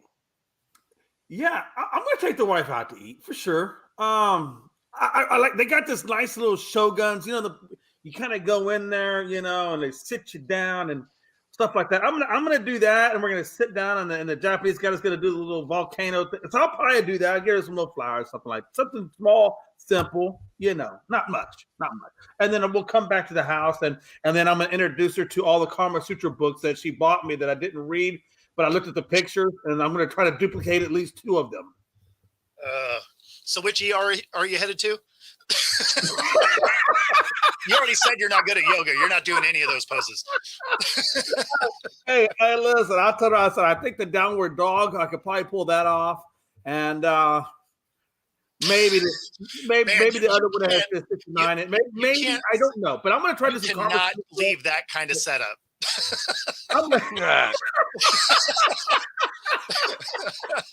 This is probably a family show, and not anymore. So, how did you meet your wife, Jay? How did you meet your wife? Honestly, I met her on Cupid. Was it Cupid? Coffee Meets Bagel website? There you go. Coffee Meets Bagel. That's how I met her. Coffee Meets Bagel. It was just it's a dating site. It's a dating site. Yeah. And you know how they got the part where you got the free people, then you got the people you got to pay a little bit for, and I think there's like even another section. You get the premium stuff.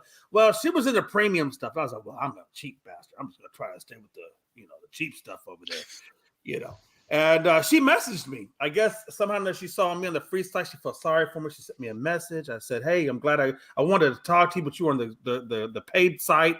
So here we are. And so I met her at a Starbucks, and apparently there's a Starbucks inside of Kroger's. I said, I'm over here in aisle 13 at Starbucks. I don't see you nowhere. She said, well, there's other Starbucks across the street. So that's, of course, then I met her there, and then I said, hit it off, and I said, well, there's no need to date all those other losers. I got you. And that's pretty much there it. You go. In a what nutshell. about you, Pax? How'd you meet your girl? How did I meet my girl? Yeah. In my living room, actually.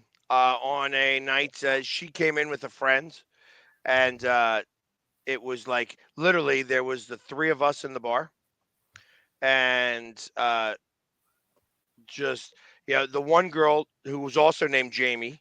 She goes, "You know who that is?" And she's like, "No." She goes, "That's the Philly sports guy," and and you can tell she goes, "I don't know what that means." And I started laughing because I'm like, that's perfect.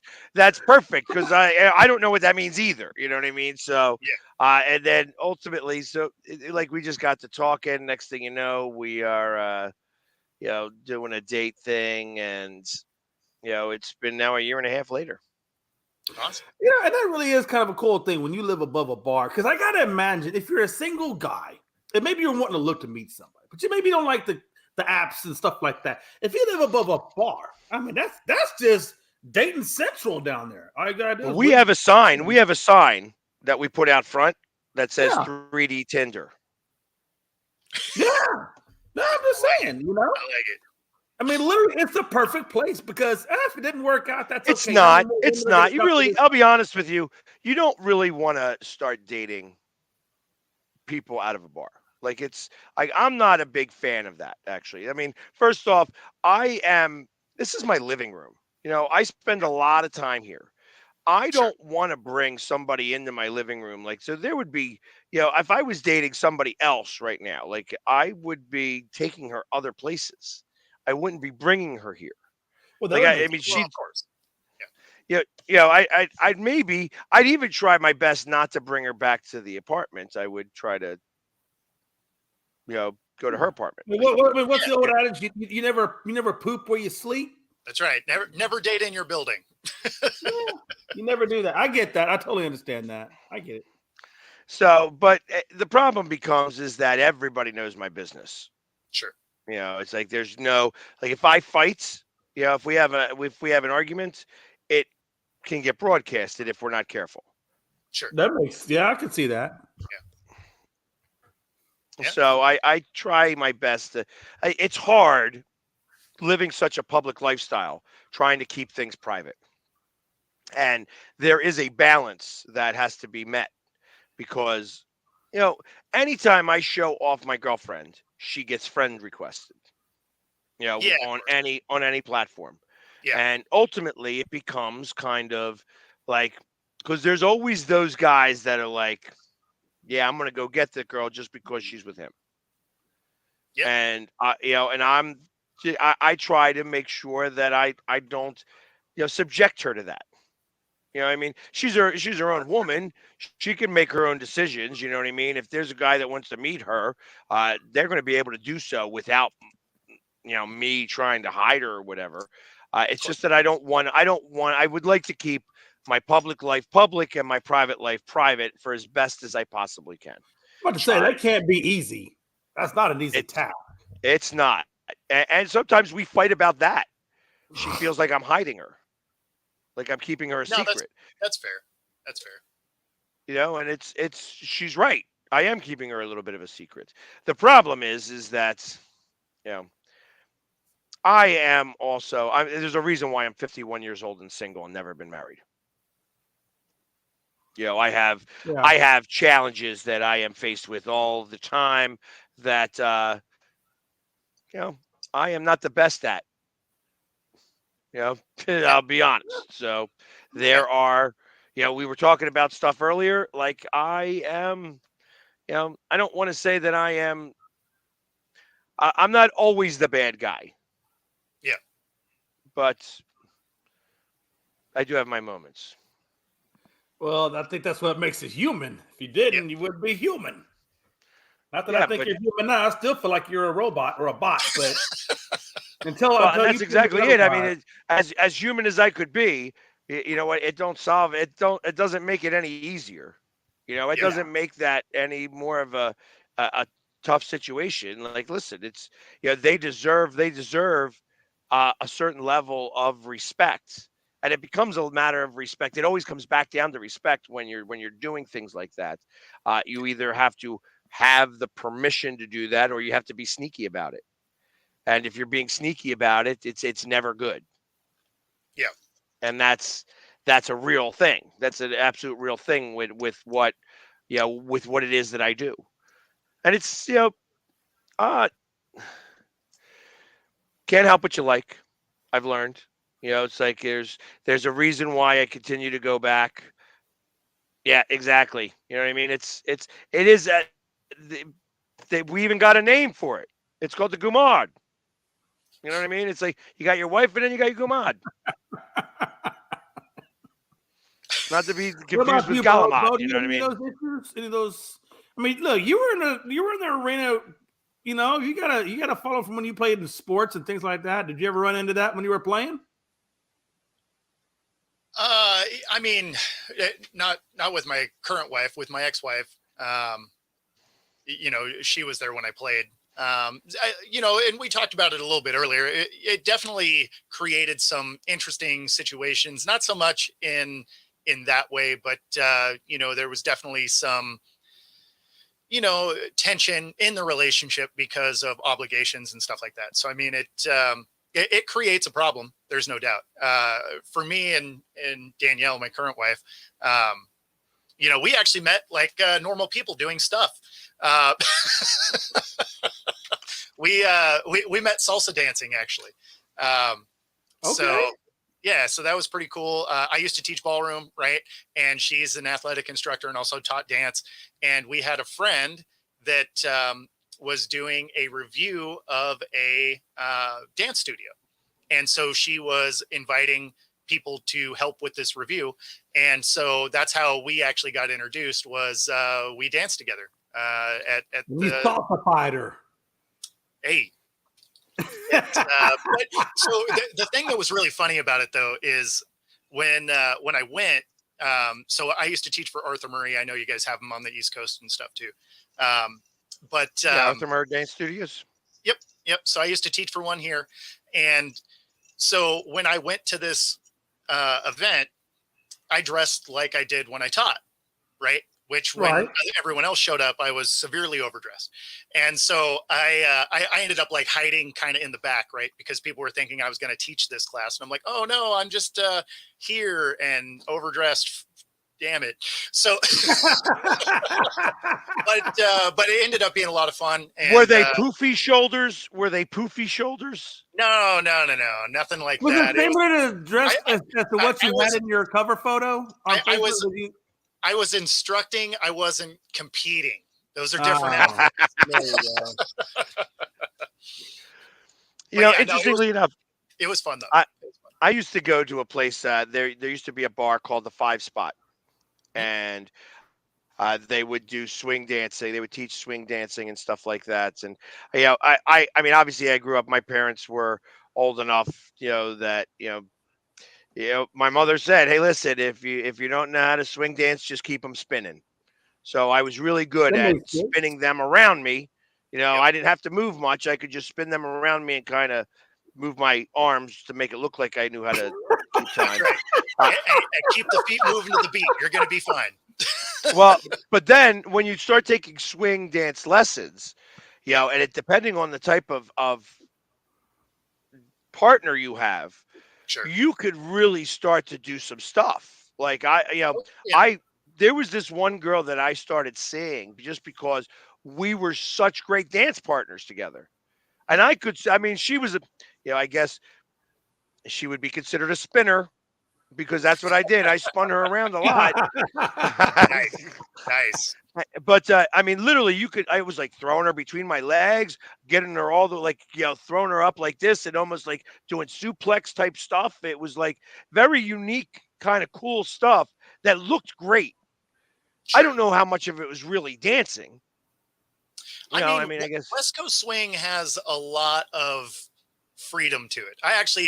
That's one I never learned how to do, but there's a lot of freedom in the movement there. But yeah, for me, I focused a lot on Latin dances. They were they're just a lot of fun. I'll tell you what though, that swing dancing, that really is a cardiovascularly amazing thing to do because it takes so much. From what I watched and I've seen of it, I'm like, wow, your cardio game better be on point. I mean, that's any of the fast dances. And that's true. You're right. That's why there's Squirrel Nut Zippers and stuff like that. That was the one band that I remember right off the top of my head. Squirrel Nut Zippers, Suit Riot and things like that. Like it was, that the new age swing music that kind of came out in the late '90s, early 2000s. But when it came to salsa and such, it's just a different type of thing. We didn't really do it as much. And now I've got it. And, if I want to do swing, I put that little VR headset on and I can do whatever I want. I can swing you, twirl you. Just don't ask me to do it in real life because I got 80-year-old knees and ain't nobody swinging no more. I could still try it. Like I wouldn't be afraid to like if you could put me on Dancing with the Stars, I probably wouldn't be the first one out. So you think you could hang for at least a round or two? I think that I could probably make it to round 3. He's saying he could outperform like a Gary Shandling or something. Yeah, I can see that. I can see that. I can see that. Bo, how far do you make? You have obviously a lot more skill sets in your dancing repertoire. Do you think you can make it to the end? I wouldn't win. I wouldn't win. I'd probably make it as far as most like football players do, which would be like a couple rounds in. That's probably about where I'd end up. As soon as you started to get into real technical movement, because of how fast you have to learn it, I would probably come up short there, right? Yeah, but it's all choreography, so it's like it's choreographed. I mean, so you gotta have to. I mean, I feel like if you have the background, sure. I mean, that's the reason why the last championship that was ever won by the Dallas Cowboys was done by Emmitt Smith. Yeah, exactly. Because he actually had a background in it. Yes. He actually had a background of ballroom dancing. So there was a lot of different things that was able to occur while he was on Dancing with the Stars. And you knew he was going to win because he had that type of background. Yeah. But, and that was the last championship that Dallas Cowboys ever saw. I guess maybe you could have even said that was the Arizona Cardinals championship because he was with the Arizona Cardinals last. Hey, I just tell you like this. So you say we won a championship. Not really. I'll take it. I'll take it. I'll take it. It's in the W column. I'm going to take it. Don't rain on my parade. It's all I got. Hey, listen. And we won the parlay in Silver Linings Playbook. So we beat the Cowboys, and he got a 5. Oh man! Hey, that's never. Okay. You know what? It's all good. It's all good. It's all good. No worries. No worries. Because you know what? At the beginning of the season, we're all going to start out 0-0. It's true. It's true. There is. I just try to focus. There's light at the end of that tunnel, even if that tunnel is very, very small. Hey, listen. Right now, Chicago is on the clock. They are. Actually, they aren't really. The new season starts March 3rd. Interestingly enough, they wait for the whole month of February to end before they do that, and I guess that's just in case of COVID. Now, right? It used to be the Thursday after the Super Bowl, but now they wait a month so that if you wanted to during this time, you could actually still adjust your cap if you wanted to. Bonus somebody out because you had money carry over, because you could carry over the money from the cap. That's the one thing I thought that was able to happen here. So that's why they do this right now, just in case you want to re-sign somebody or do whatever like that. But I mean, I don't know. I'm not that 100% that guy. And the draft is in April, right? Is it April, the draft? Right? Yep. It is. April 26th, 27th, and 28th. Yeah. In Detroit, we're not Michigan. far off from drafting, man. I tell you. Well, are you going to come up for the draft? I'm going to try to. Where's the draft at anyway? Detroit. Yeah. Oh, shit. So tickets are cheap. Not really. Well, tickets are cheap to fly. Yeah. Okay. Yeah, I was going to say it's still going to be expensive to stay there and such like that. It's how much is the ticket to go to the draft? The actual draft. How much do you have to pay to go in there? Free. It is free to go to the draft. It is free to go to the draft. Now, I mean, I don't ever pay for a ticket. You know what I mean? I don't know if there. I mean, I'm sure there's parties that you could go to and stuff like that are ticketed. But like for instance, when you see me at the draft, I don't pay for that ticket, but I got to jump through hoops. It's not simple to get where the access that I have. Sure. And So, and it's like I will absolutely be there because they want me there. You know what I mean? And I enjoy it. Love going to those things. I love being with the other super fans. I set up a booth. Like I'll set up my camera and start videoing, interviews and things like that. I mean, I love that type of stuff. And it makes it a lot of fun. It really does make it a lot of fun to kind of do that. Um, Man, and like I said, I used to live up in Detroit for a little while, so I know that area pretty well. I don't know exactly. I kind of have an idea on where they're going to have this. Mhm. If it's my expectation, they definitely blow it all out. You know, what I mean, like it's just crazy how they do some of this stuff. Yeah. But No, I fortunately mean, for they me, should. I have a friend that lives there, so I would actually just stay with her.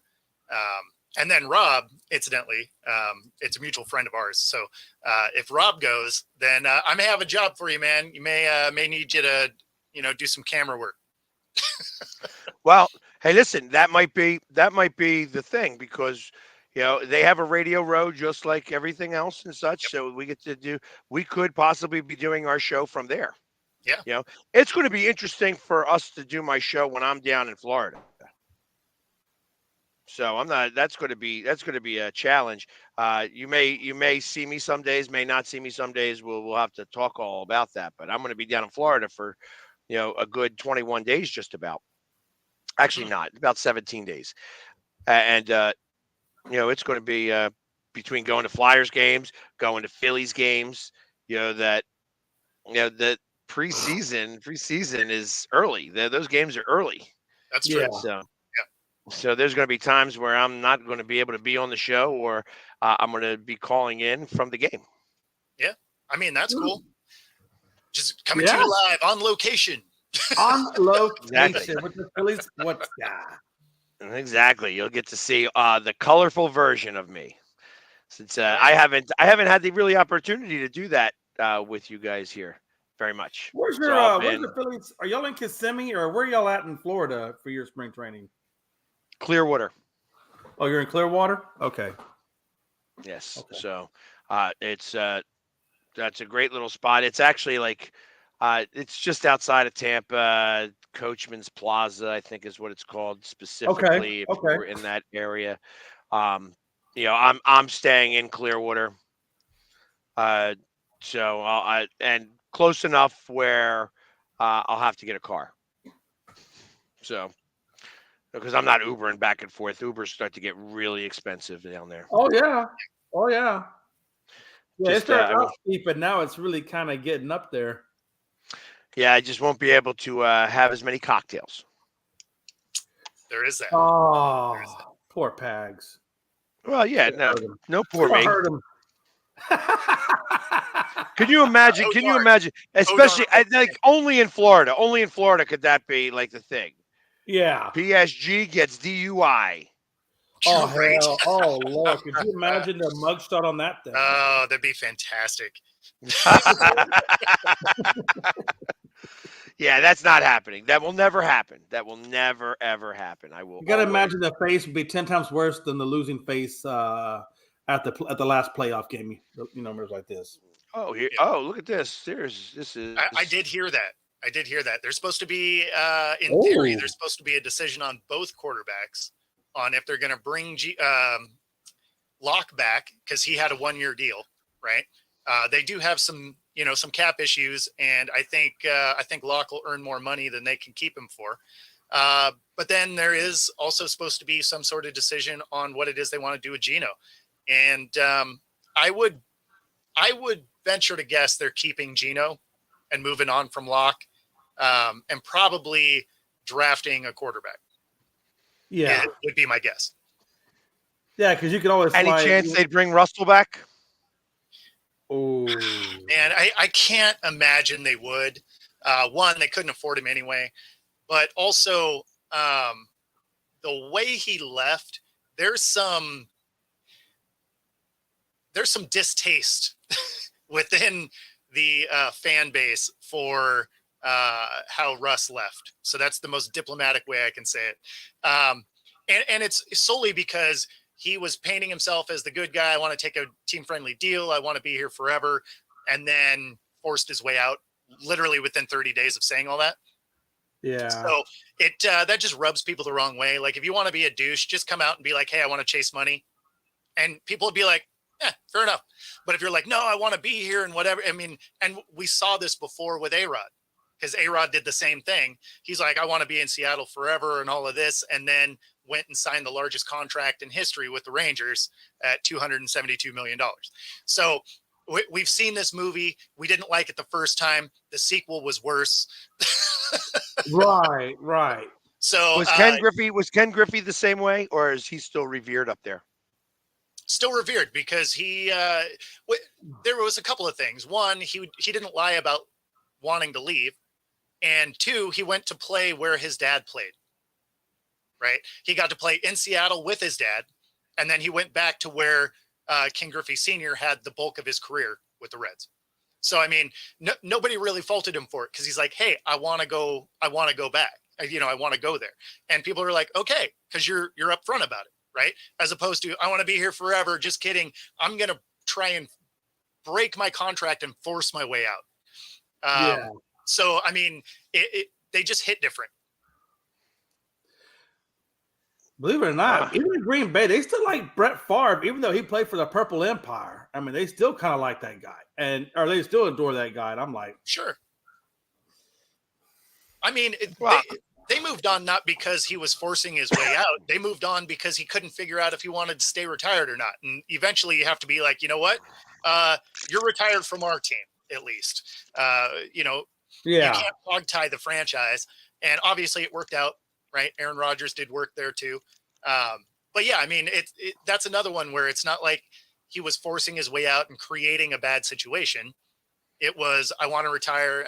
Maybe I'm not ready. And that was just dancing around. Right.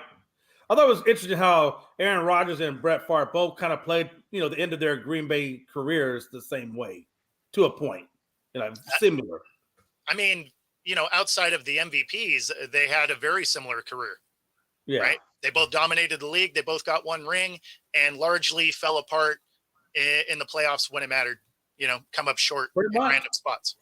I mean, they both went to the Jets right after their Packers days. They literally both went to the Jets. Exactly.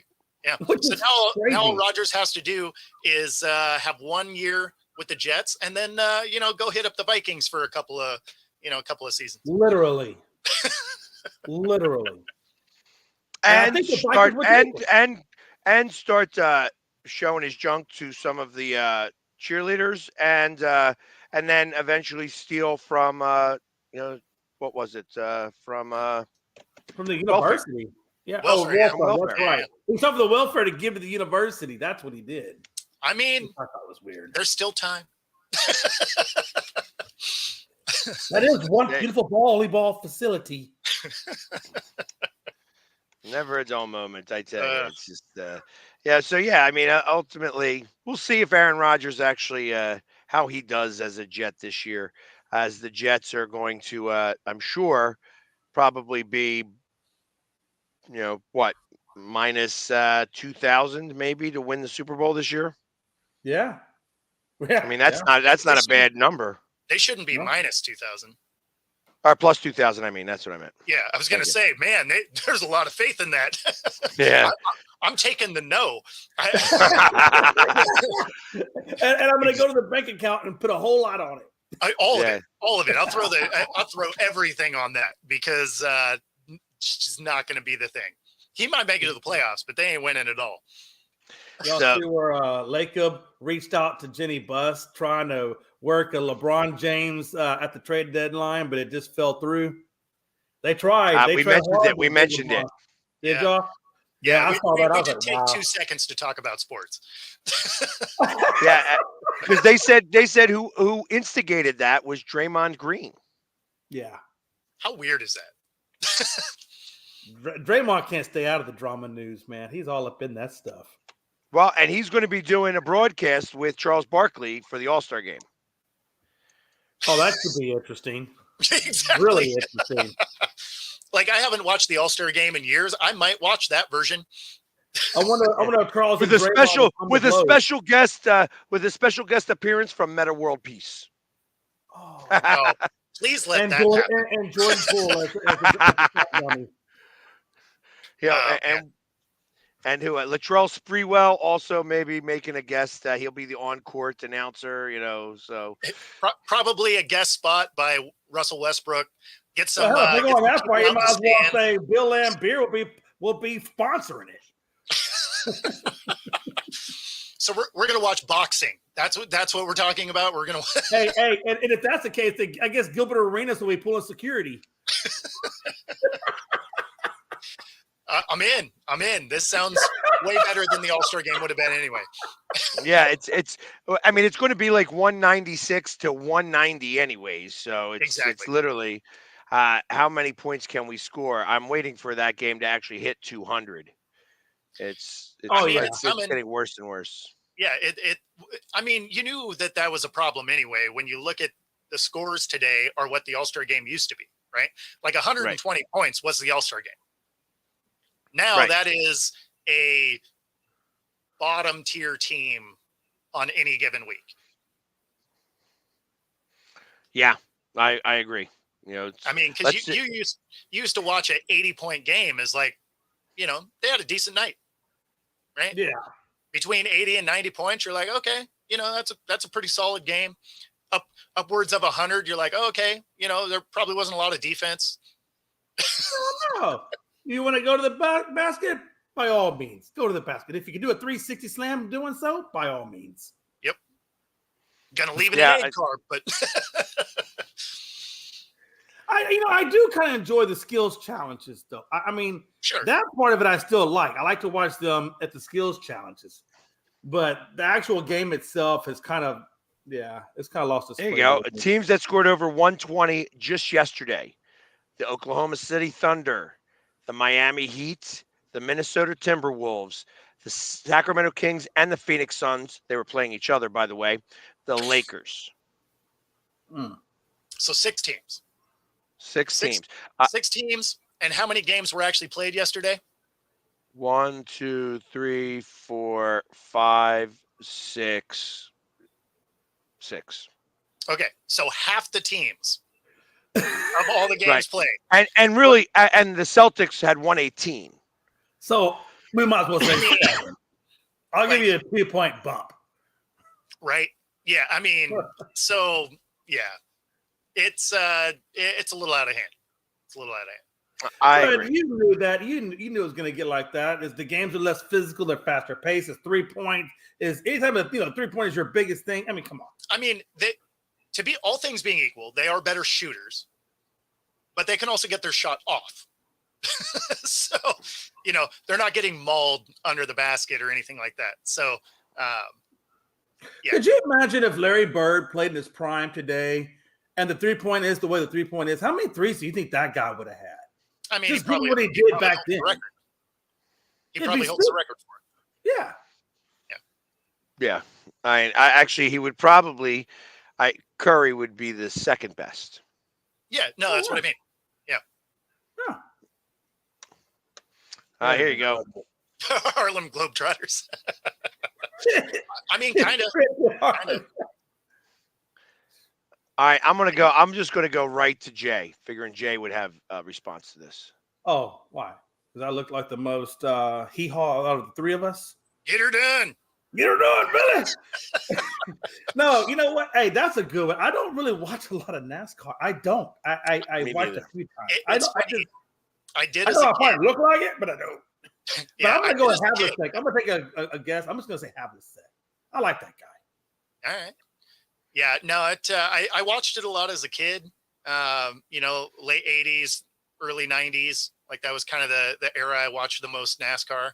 I really kind of got turned off when they changed the rules. As soon as they went to the playoff thing, so it no longer mattered if you were the best racer all year. All it mattered is that you won a race and then you had to be good on the last 5 tracks. Right. And it's like, okay, well, that's dumb.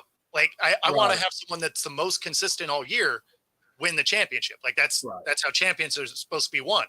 And so, it went to this weird playoff thing, and I get how it came about because Dale Earnhardt, a couple of the championships he won, there was still like 4 or 5 tracks left when he was getting his trophy, right? So it's like, okay, you're trying to keep fan engagement. I get that. But if you're going to do that, then you need to switch the tracks up, right?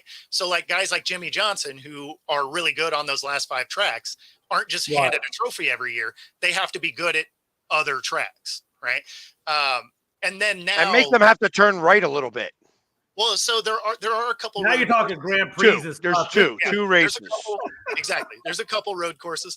Well, I say you better do a road course or something. The other thing that really was a turn off, because I was like, oh, maybe I'll check it out. And I turned on, this was like last year before, something like that. I turned on Bristol. And Bristol's a fun track, right? Because it's 42 cars on a half a mile, right? Like this is carnage all the time. They turned it into stage racing. So now it's 3 different stages to win this race, right? Yeah. And it's just like, okay, so now they're not even endurance races anymore. They're just kind of, you can see low-level circuit racing do exactly what they're doing. Like there's no benefit to being the Cup other than, they get paid a lot. But you can go to any small track in any town and watch what they do at Bristol now in real time.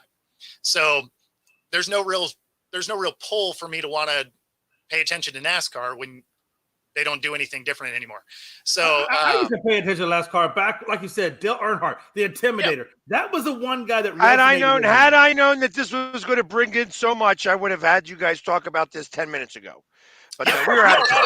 Look at that. We're actually overtime. So, everybody, thank you very much. I got to make it quick now. Thank you very much for everybody.